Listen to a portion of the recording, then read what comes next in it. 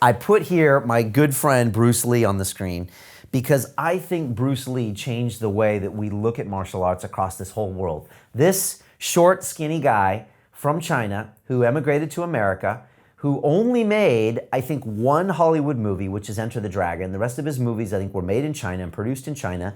A lot of them in Chinese with those overdubbed English things that we used to watch where the mouths move one way and then the English comes out.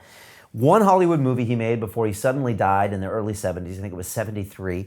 But he pretty much changed the face of martial arts because movies were kind of the internet of the time. And it spread all across the world that there was this, again, short, skinny Chinese guy that was basically kicking everyone's ass, right? He was kicking, fight 20 guys at a time. And he was using this physical combat system along with his mind to make himself more empowered and to defeat anyone that came into his sphere. Such a powerful moment. If you talk with a lot of the early fighters in the UFC, so many of them, from Bas Rutten to some of the Gracie family, they remember saying, wow, this is the guy I remember as a kid. And for some of those fighters, they said, that's why I started fighting.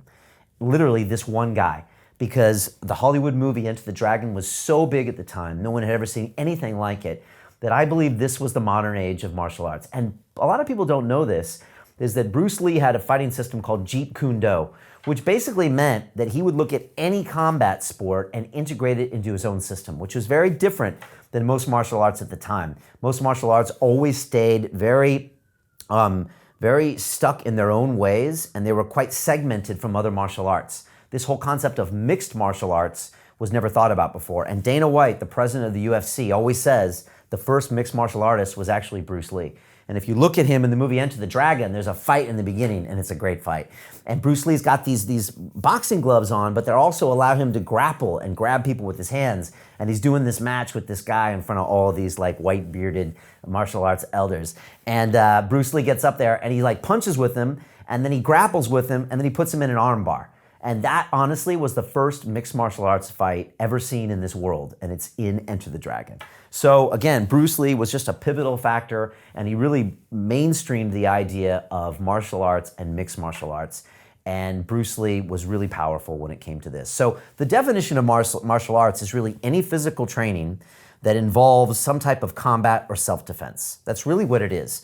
Now, there's martial arts like Tai Chi, where people are moving very slowly, and they're not actually hitting each other. But the history goes that people did that because people couldn't tell that they were training for combat. So say the emperors wouldn't worry when some of the farmers would be doing this Tai Chi because they're like, oh, it's a meditation, when in fact they were training for martial arts. Same with capoeira in Brazil. The slave population would do this dance that was actually them training for martial arts. And so it looked like a dance, but there were these weird elements of combat. And Ido Portal was a big fan of capoeira. And if you watch it, it looks like a dance and a martial art. And you're like, oh, they're just dancing. But actually, they're not. They're using a dance as a way of masking the fact that they're training martial arts. So a martial art can be so many of these things. And whatever yours is, it's something always more than the physical. And so that's what martial arts really is. Again, Bruce Lee is almost the father. And my martial arts journey took me to making a movie about my martial arts journey. And it heavily featured on Bruce Lee and the things that I watched in his movies. And I must say, if you haven't seen the movie Enter the Dragon, just pause this video right now and go watch it. It's that important that you should be watching that instead of me, because it is the greatest martial arts film of all time. It's incredible, and there's just so much stuff happening. So respect to Bruce Lee. He died too young, but again, he was a guy that was always interested in boxing, in kickboxing, in wrestling, in jiu-jitsu, and he had a place in California, and he would always invite people over, including Kareem Abdul-Jabbar and all of these people, and he was always trying to figure out the best way of training, which again was very different than most martial arts at the time, which were always, you stay in your space and you don't try to challenge me. And unfortunately, that allowed for many myths to be perpetuated about what certain martial arts would do in certain situations. And that's where the UFC really leveled the ground. But that's for another episode. At London Real, we believe that individual transformation can change the world. Join us and start your journey today.